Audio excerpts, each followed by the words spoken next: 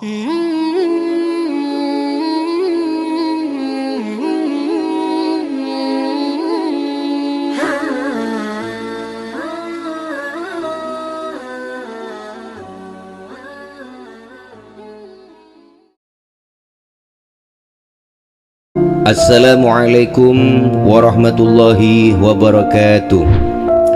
Nama Kiai Haji Abdul Hamid bagi warga Pasuruan sudah tidak asing lagi, karena pengasuh pesantren Salafiyah ini masyhur dengan keistimewaan dan karomahnya. Abdul Hamid, begitu nama pria yang dilahirkan pada tahun 1333 Hijriah di desa Sumbergirang, Lasem, Rembang, Jawa Tengah. Abdul Hamid dibesarkan di tengah keluarga santri religi. Ayahnya, Kiai Abdullah bin Umar, adalah seorang ulama di Lasem, dan ibunya adalah anak Kiai Siddiq, juga ulama di Lasem. Kiai Siddiq adalah ayah Kiai Haji Mahfud Siddiq, tokoh Nahdlatul Ulama.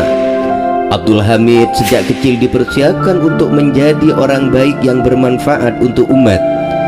Dia mula-mula belajar Al-Quran dari abahnya. 3 tahun kemudian menimba ilmu di pesantren kakeknya, Kiai Haji Siddiq di Talangsari, Jember, Jawa Timur. Sejak kecil sudah tampak tanda-tanda bahwa dia bakal menjadi wali dan ulama besar. Konon pada usia 6 tahun dia sudah bertemu dengan Rasulullah Shallallahu Alaihi Wasallam.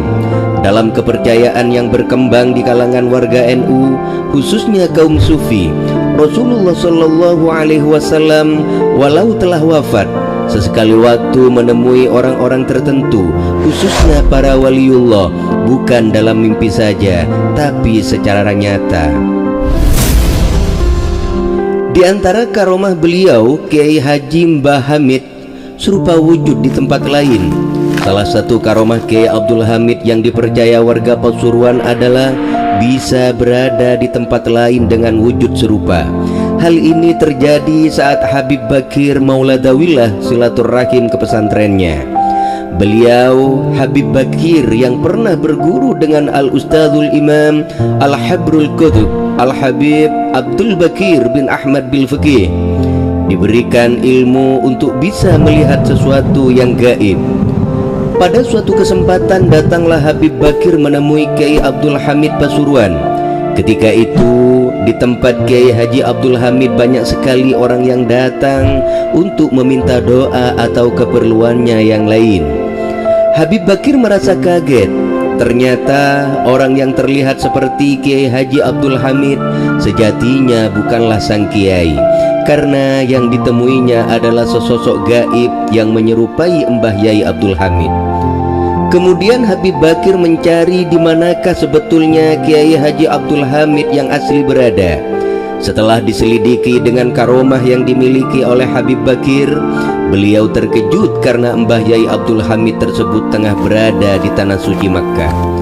Karomah Kiai Haji Abdul Hamid juga pernah ditunjukkan terhadap seorang Habib sepuh yang datang kepadanya, karena sang Habib menanyakan kemana sang Kiai pergi ketika digantikan oleh sosok gaib yang menyerupainya.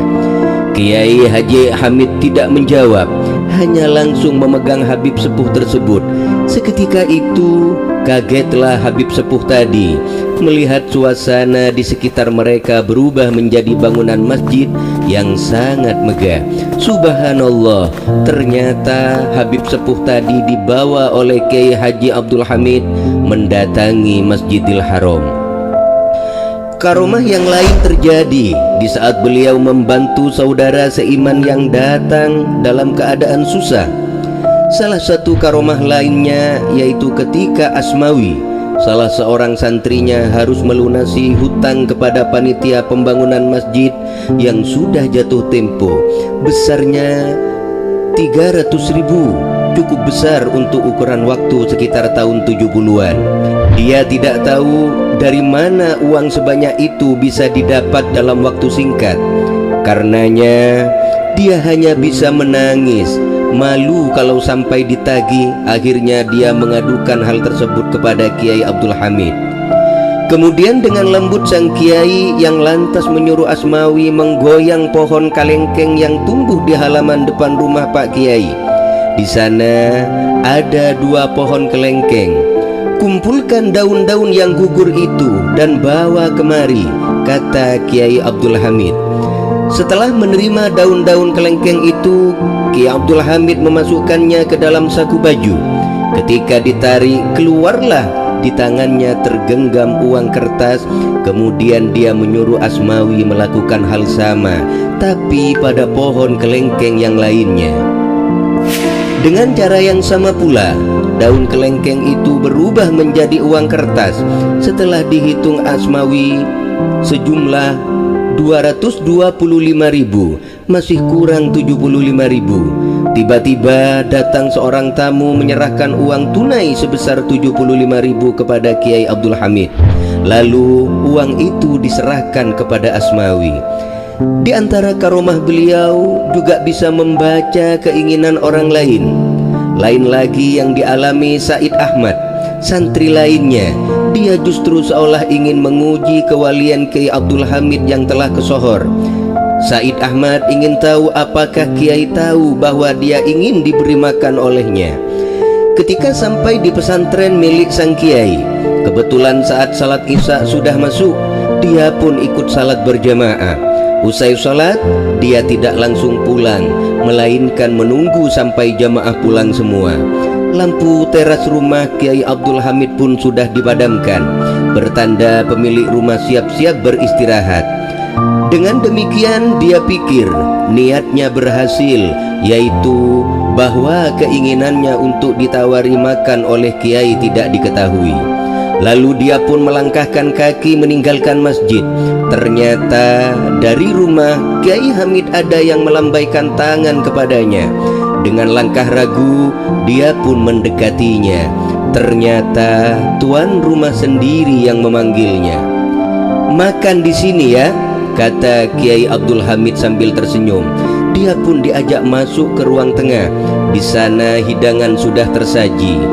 "Maaf, lauknya seadanya," kata Kiai Abdul Hamid santai. "Sampian tidak bilang-bilang sih."